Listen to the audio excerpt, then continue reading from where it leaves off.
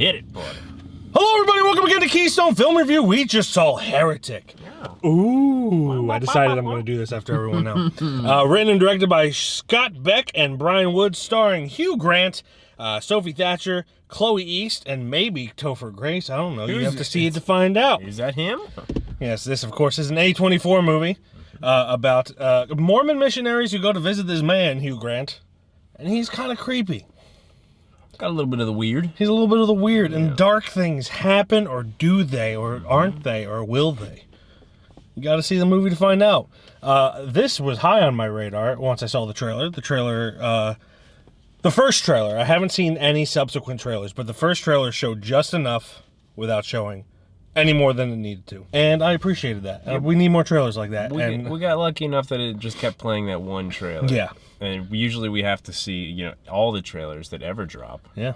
Because we just got to get in that movie, goddammit. We got to get in that movie. But yeah, luckily we only saw the first trailer. And I don't even know if the second or third trailer, however many trailers they have, show anything. But I don't want to... Well, I can find out now that I've seen the movie, but I didn't want to find out. But Glenn! Yes. What did you think of Heretic? Yes, this is the one of the ones that I had on my list for us to see and review. Yes. Because, goddamn, baby. Mm-hmm. So after so many times of probably seeing that one trailer, it was high on the radar, and then I was like, yeah, I could probably be okay without seeing it at a certain point. Like, I guess seeing the trailer so many times, kind of like, yeah, that's that movie. Mm-hmm. But alas, it was still pretty. I did want to see it. It did look good.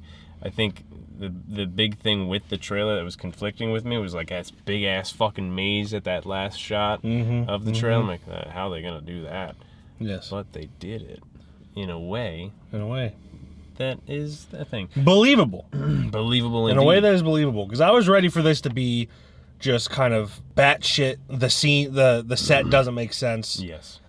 Just kind of delving into Greek mythology, kind of with whatever that is with the Minotaur. I forget what that story is. Maybe it's just called the Minotaur story. I don't know.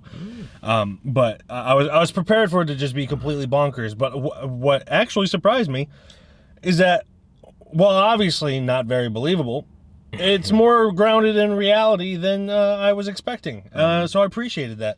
Of course, with the Mormon missionaries, it's kind of hinted that this whole thing is about theology.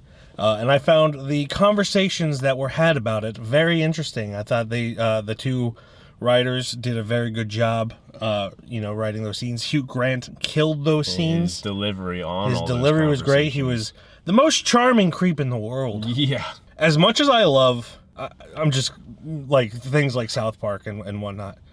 I also love it when things make religion like the basis of a story and don't make fun of it. Not because I necessarily believe those religions, but I feel like, hey, why are we picking on people that haven't really picked on us? The Mormons are coming. Well, here we are. Yeah, I'm a bit. I mean, I wasn't picking on the religion, more of the fact that I was afraid of Mormons coming to my door when I lived in Florida. I really enjoyed the theological conversation that they had, and found it more engaging and not so, one-sided as I thought it could be. It could easily be. From people who may or may not, I don't know what their beliefs are, but they may or may not believe in it. There was a lot of tension. Yes. And I liked that tension a lot. Very awkward.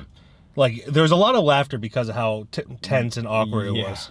And then just his deliveries on things where he's just like, high five. Yeah. He's super rant. I haven't seen a lot of movies with Hugh Grant, but this is definitely, I think, my favorite portrayal for him, hands down. This is somehow his best, in a point where it felt like he honestly, at the end of this career that he's had, could care less about it. He just it feels like he just wanted to make some money, at least with Willy Wonka. Yeah, he probably saw monies and was like, yes. But yeah, I mean, he's also done things like, I mean, he probably made money with Cloud Atlas, but Cloud Atlas is batshit insane too. And he actually credits that with kind of saving his career, because it showed people that he was more than just like an old romantic lead guy. Yeah, and that definitely drags him down a lot. Yeah, I kind of love where the trajectory of his career right now. It's not as hard as a McConaissance or a Brendan Fraser renaissance or whatever you want to call it. Renaissance. But I like that he's kind of getting more different things. He played the villain in, I believe, Paddington 2. If not, it was Paddington 1. And he's just kind of, I don't know. I just like seeing him in movies, which I didn't like when he was in romantic comedies, because we know how I feel about romantic comedies. And I 100% agree with you. In my opinion, this is his best role. It's definitely his most interesting. It looked like he had a blast playing it. Oh my God, yeah. And I'm not saying that this movie's bad, because I quite liked it. But if there's a bad movie, but I can tell that they're having fun making it, enjoyable immediately. This I actually thought was a great movie. I thought it was fantastic. I thought it was tense, creepy. I liked a lot of the conversation points a lot. Yeah. There's a lot more dialogue than I was expecting, but it was welcomed. And honestly, kind of off track from it, I could see this being like a very small mini series where, like, you know, they got to the next step, and then, you know, maybe a cut, and then, you know, the next. I don't want to go too far spoiling any plot, so I'm trying to be as vague as possible. I could see it being like maybe a 3-episode or 4-episode thing where it was just like they got to the next thing, and then boom, here's the next trial and tribulation of his conversations, shall we say. Glad it wasn't, but at the same time, I could see it. Yeah, it kind of felt like they wrote it hoping it would be a film, but then also be like, we could split it up if they wanted to make this a miniseries. Because there were points at the end of any given act that was just like, you can cut to black right there, and that is a solid cliffhanger. Yeah, it's just a well-made movie. I don't know if they've made anything else. I'll say while you're looking that up, my expectations, I mean, weren't entirely like high, but I was expecting this to at least be good, and I thought it was very good. They directed 65, or at least one of them did. Oh, I fell asleep during that. Yeah, I mean, that wasn't good, so I don't blame you. The only thing that had me somewhat disappointed with it was the ending for me. But other than that, I thought the movie was pretty fucking slurred. See, I was starting to lose interest a little bit, and then loved the ending. And it's hard to talk about that without giving spoilers away. It's really hard to talk about. But yeah, I was I was liking the ending, and then something happened. Yeah. And then I was like, well, that 30 minutes left. I was like, okay, it's starting to get a little repetitive.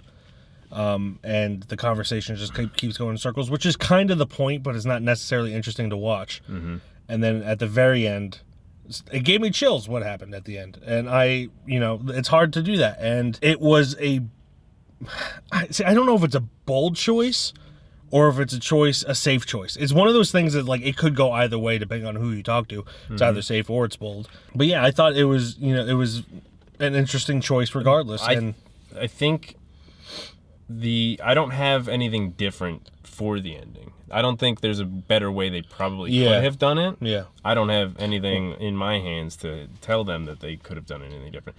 It just felt like it was like, oh, okay, that happened. Yeah. That's what it felt like. But, like, in a way, it makes sense that happened. I'm trying to still be as vague as possible without telling the people here. Some people consider this a spoiler, even though I think that's just a ludicrous opinion. Well, dude, now I can't. Oh, there's an ending? Great, I can't fucking watch it. Thanks. I thought it was going to be a miniseries. But, I mean, in the way of the movie and the concept and what conversations were had and everything, I have to tell you this after. I can't spit it out correctly. But there's an ending that happens. Yes. It's obviously going to split some people because we usually agree on everything, but we don't agree here. Yeah. But yeah, it's just I liked the characters. One of the missionaries was super awkward, but, like, in a way that worked. It felt natural. Yeah. And the other one felt like an Anya Taylor-Joy. From Philly. She's got everything figured out already. She was from Philly, so. No, one is definitely like an elder missionary, and the other one's a fresher missionary. But it was just, I don't know. It was way different than I expected, but in a good way. I'm glad that it didn't go the Greek mythology route, because that would have been, I don't know, just rehashing that whole story. But yeah, I don't really have anything else to say. I really liked it. Going into ratings, I guess I'm gonna give this. Oh man, I'm kind of struggling between two of them. I think I'm I'm between a 4 and a 4.5. I think I'm gonna go 4, but that could change by the time I edit this, or it might stay the same. So right now I'm gonna say 4, and we'll see. I'm also editing this tonight, so it's probably not gonna change by then. But there you go. I am in between a 3.5 and a 4, but I'm definitely leaning more 4 than 3.5. And I think that has to do with how we feel about the ending, the 3.5 versus 4.5. It kind of does, but again, there's no way I think they could have done it better, and it fits. Yeah. It just felt in a way. But yeah, I mean, the fact that this is more or less a one location movie, obviously they go away from the house at some point, but it uses its space well. Very well. It's, great filmmaking from those guys, who I've just found out, well, look, and they wrote A Quiet Place. So there's that. Yes. Yeah. So that's what we thought of Heretic. If you saw Heretic, let us know your thoughts down below. Let's get real into it. Is religion real? Just any given religion. Good luck in those comments. Don't do that. Don't do that. Is caffeine a sin? Ooh. Is dog spelled backwards real? Oh. There you go. Dog's a good boy. Dog is a good boy. God, on the other hand. And so is backward dog. Goodbye, everybody. Bye-bye.